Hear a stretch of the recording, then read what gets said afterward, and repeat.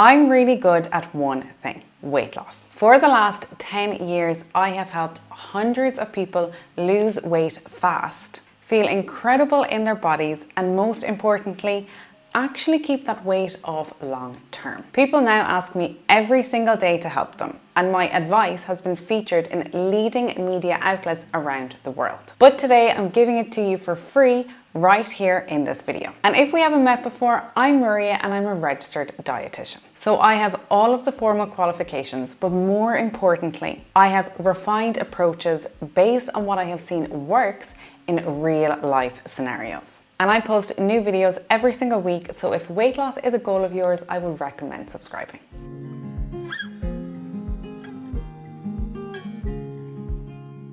Getting straight into it, number one is that it is very difficult to lose weight if you have an unhealthy relationship with food. And let's be honest, most of us, myself included, have had a little bit of a funny relationship with food at some point or another. And throughout life, there may be periods where you struggle with this a little bit more than others. Like if you've just had a baby, for example, if you're trying to get in shape for your wedding. But having the self-awareness to realize this and the confidence to openly admit it can really help. Because it's something that if you have the right help and the right support, and maybe that means getting the help of a professional, can really be improved. Now, number two is that you need to keep your protein intake relatively high, in and around 1.5 grams per kg of body weight per day. You can go more than that, but you really want to be getting in at least this amount if you're trying to lose weight. And this is because protein is the most satiating macronutrient per calorie. So basically, eating a lot of protein means you feel quite full compared to the other nutrients. It's very hard to overeat on chicken breasts than it is to overeat on slices of toast, for example. Protein also has a higher thermic effect of food. And what this means is basically when we eat protein, our body has to digest it, and it burns a lot more calories digesting it than it does in terms of fat and carbs. So there's a very small benefit here in terms of calories burned. Protein can also help with maintaining muscle mass, and muscle is metabolically active tissue, so it burns more calories than fat. Now, the practical difference in all these little things is not huge, but these small differences add up and can still be worthwhile. I'm always posting high protein, low calorie recipe ideas over my Instagram, so if that's something that you need a little bit of inspiration or help with, I'd recommend going and following me over there. Now next, you want to keep your fiber intake relatively high, and this is greater than 25 grams of fiber per day for most people. Fiber can also help with feeling fuller for longer, and aiming for a high fiber intake has many benefits for your gut health too. And in the pursuit of a higher fiber intake, this likely leads to a diet that is higher in other micronutrients, vitamins and minerals, but also a diet that is less ultra-processed foods. By eating more of the good stuff without even trying, you end up eating less of the not so good stuff. Plus, excuse me being a little bit graphic, but with fiber, you actually end up pooing out a lot of those calories. In practice, dietitians, we like to call this the sweet corn test. Take, for example, if you've ever had a meal with sweet corn in it and a few hours later you see that in the toilet. You can kind of assume that the calories from the sweet corn are not actually the calories that your body ends up using, because some forms of fiber are indigestible. So this is what I'm talking about here. Now, number four, outside of extremes, your ratios of carbs or your fat intake doesn't really matter that much. When we have studies looking at low carb diets and low fat diets, both looking at these in controlled environments in real life situations, they find that on average, there is minimal difference in fat loss from low carb diets versus low fat diets. This means that it makes sense to just choose the diet that works best for you. Some people will do excellently on low carb diets. Some people will not manage at all. Similarly, some people will do excellent on low fat diets, and for others that's really difficult. But again, don't go to extremes.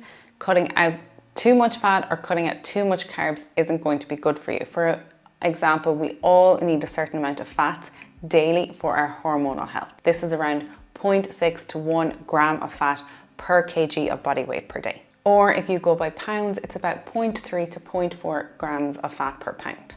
I'll add these to the screen. But ultimately, find the diet that works best for you and not what worked for somebody else, because they have different preferences to you.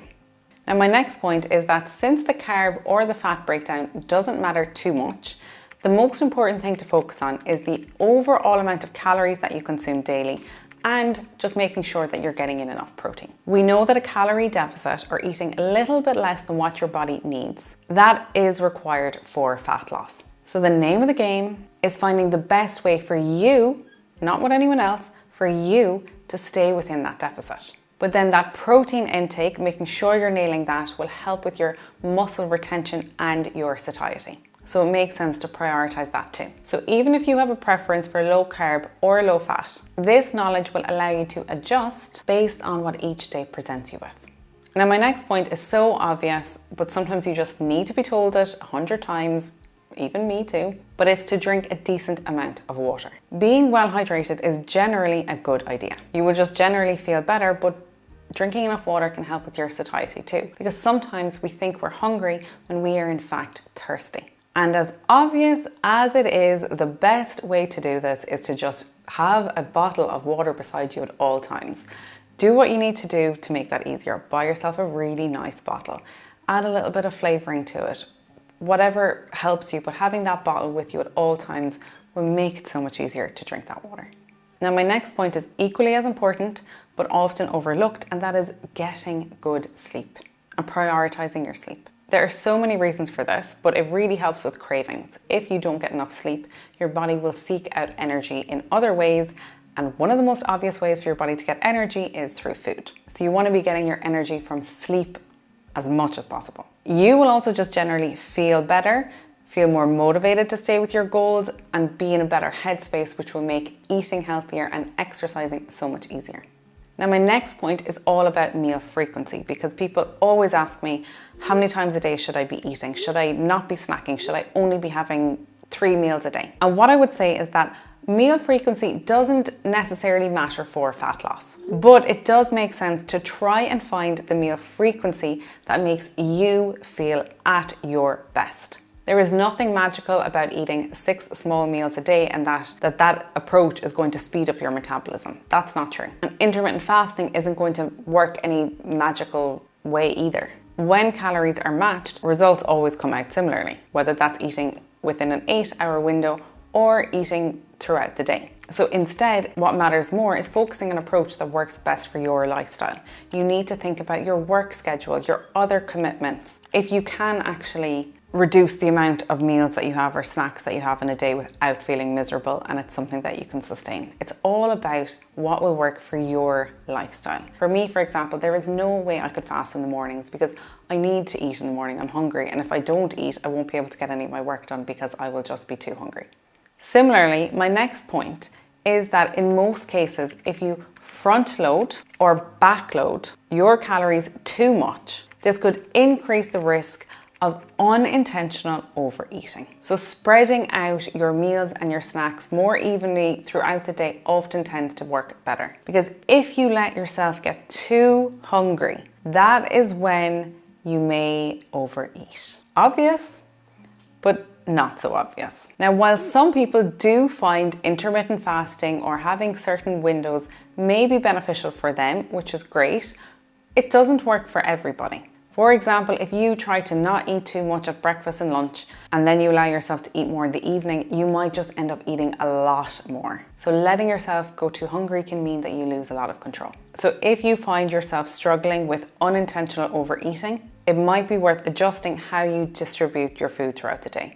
And for some people, honestly, just deciding that they're going to have 3 meals and 2 snacks a day. Sometimes people are really reluctant to do that. They think it sounds like a lot of food, but actually it can end up being the thing that helps them lose weight. Now, another huge strategy that I use with all of my weight loss clients is to implement some method of volume eating. This is where you choose high volume foods that are lower in calories and you eat a lot of them. For example, salads to bulk out your meals, lots of vegetables. All of these foods have a lot of volume, but they don't provide a lot of calories. So it can be a really helpful tool for making you feel very full without actually needing to take in too much energy. Now, this can go too far. Some people try to eat loads of low calorie foods and they're filling up on low calorie jellies and they're having ridiculously large salads, and that can just make you feel bloated and uncomfortable. But I do think to help with weight loss, bringing in some aspects of volume eating is a very, very helpful too. And without doing so, you are really leaving an easy win on the table. Next, I want you to aim for at least 500 grams of fruits and veg daily. This is at least 5 servings, ideally more. This is partly for satiety, so keeping you feel full, partly for fiber, so you're going to be getting in more fiber, but really it's important because you're going to be getting in a lot of the micronutrients by doing this. That is your vitamins and your minerals. And during a deficit, or when you're trying to lose weight, it's very easy for our micronutrient intake to unintentionally drop. And prioritizing eating enough fruit and veg can really help with this. Also, it's a good way of having an abundance mindset when you're trying to lose weight. It's about trying to eat more of these kinds of foods instead of focusing on, I need to eat less of this or I need to cut that out. We want to be trying to just eat more fruits and vegetables. And that will naturally displace a little bit more of the foods that we shouldn't be eating as much of. Next, you want to be rigid enough to get good results, but flexible enough that you don't feel overly restricted. Sometimes you do need to say no to certain things, or get up and go to the gym when you don't feel like it. We do need to push ourselves out of our comfort zones, and that is a skill worth having. But it's also beneficial to be adaptable and flexible, because overly rigid approaches never work long term. And look, life has a funny way of throwing lots of curveballs in your face. Now, all of my clients that see success do this one thing, and that is taking some time to plan out their meals and their snacks. I'll say it again and I'll say it again, but nobody ever accidentally finds themselves eating a salad for lunch. We might accidentally find ourselves eating a bag of chips on the couch in the evening, but nobody accidentally finds themselves eating healthy breakfast and lunch. And if you don't plan in advance and you struggle with consistency, it is not surprising. Taking some time each week to plan out what you're going to be eating or what you need to buy in the grocery store. All of this preparation significantly improves the odds of success. As the saying goes, if you fail to plan, you plan to fail. Now, do not focus on short-term scales fluctuations. Scale weights can be influenced by a huge amount of different things, like your water, your glycogen, food weight, if your bowels have opened, and where you are in your menstrual cycle. Quick fluctuations are very rarely representative of actual fat loss. So instead, it makes more sense to focus on trends over time. And it also makes sense to focus on other metrics, not just a number on a weighing scales. Are you feeling better? Do you have more energy? Are your clothes fitting better? Is your waist getting smaller? All of these things are important too. I do recommend monitoring your weight, and this can be daily or weekly. It's finding what works best for you. But just remember, little fluctuations day to day are not actually going to give you a true picture of fat loss. So don't let them dishearten you. Now, I've already said that we do need to be in a little bit of a calorie or in an energy deficit to lose weight. But you need to aim for a deficit that allows you to get lean at an efficient rate without resulting in you being too hungry or too miserable. If you start trying to really cut down on how much you're eating and then try to increase in how much you're moving and you go too far, this will completely backfire. You need to find a balance where there is a little bit of a sweet spot, that it's not that difficult. And I firmly believe you can eat less without feeling crazy hungry and without feeling deprived, because healthy food can taste incredible when you learn to do so. I actually have a recipe ebook. I have a free one linked below, but I am working on another one that I will hopefully have out soon that covers a lot of really incredible recipes that you will never ever even feel like you're on a diet. So keep an eye out for that one. But what typically happens is that most people aim for lower calories than they need to get the results that they want. And a lot of people that are struggling with consistency, they are trying to go too hard too quickly. They're trying to really drastically cut, we'll say, down to 1,500 calories. And I'm just picking that number as an example. But they try to stick to 1,500 calories, and maybe they can do this for 1 week, maybe they can do it for 2 weeks. But then they end up giving up or overeating and it just doesn't work. Whereas they would have actually been better off setting a more realistic target of something like 1,700 calories and doing that for 6 to 8 weeks. But often we're just so motivated at the start that we try to go in too hard, but we can't keep that up long enough to actually get the results that we need. And this isn't even crazy long. You just need to have a little bit of patience to go and get a more realistic target and stretch that to 2 to 3 months. And then you're actually going to get results. Now, this is a big point I really hammer home with all of my clients, is that you need to be prioritizing from the very, very, very beginning of any weight loss journey, building or even simply maintaining your muscle mass. And the way to do this is resistance or strength training. And this doesn't need to look like you going to the gym and lifting crazy heavy weights or anything like that. Resistance training can be bodyweight push-ups for some people, but it's about putting your muscles under that little bit of tension. And way too many people come to me and they say, Maria, I'm going to join the gym after I've lost 5 pounds. But that is not the right approach. You need to be doing this straight away, because protein is like the building blocks for muscles. But without actual training is the trigger to start the whole process. So you need to be doing that resistance training from the get-go. And why I'm so big on this is not just because of the weight loss impact, but because people who successfully maintain their weight long term, what do they all have in common? They exercise. And prioritizing muscle growth also helps disconnect from this goal of simply just trying to lose weight. And having muscle is so important for many aspects of health. It's not just about looking more toned. It's thinking about, as you get older, that you have strong muscles, so you're less likely to fall. As you are an older adult, you are more independent. You can carry your own shopping, get up and down off of your own chair. And we don't often realize this, but your heart, your lungs, all of these things are muscles too. And we need to look after them, because we don't just want to lose weight, we want to be healthy and fit. And we want to have longevity to live the best, most fulfilling life for as long as possible. So you need to prioritize looking after your muscle mass, and that is done via strength training. It's not done from running marathons. It's not done from doing spin sessions. You can do these things if you like to do them, but if you don't exercise at all right now and you're looking to start, I would start with resistance training.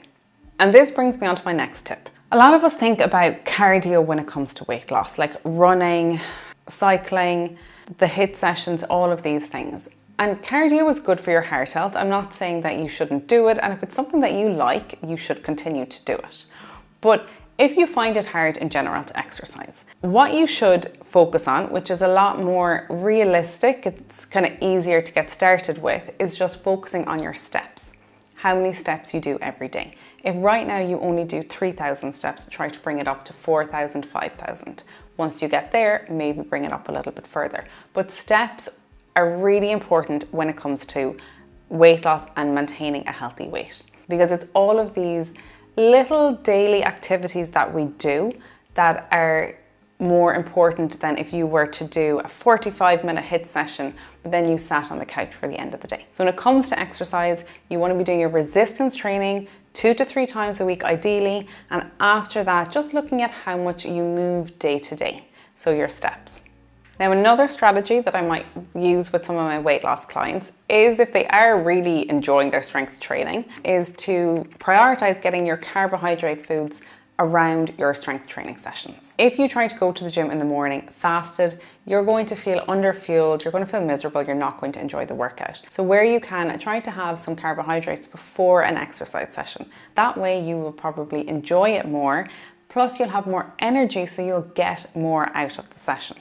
Now, another big tip that really works wonders for my clients, in particular around their mindset, is to think about your calories or your food intake over the course of a week rather than the course of a day. I often have people saying, oh, I had a really bad day, so tomorrow I'm going to try harder. But think about it over the course of a week instead. And over this week, you're going to have some very good days, maybe the odd bad day, but it will eventually then just even out. When you solely focus on just the day-to-day, it's so much easier to just write off the day then and just think, okay, I'm just going to keep going and I'll just keep eating and I'll have a little bit more of this and the day is ruined anyway. But if you think of it as a weekly budget, everything that you do today on top of your planned intake still contributes to the overall week.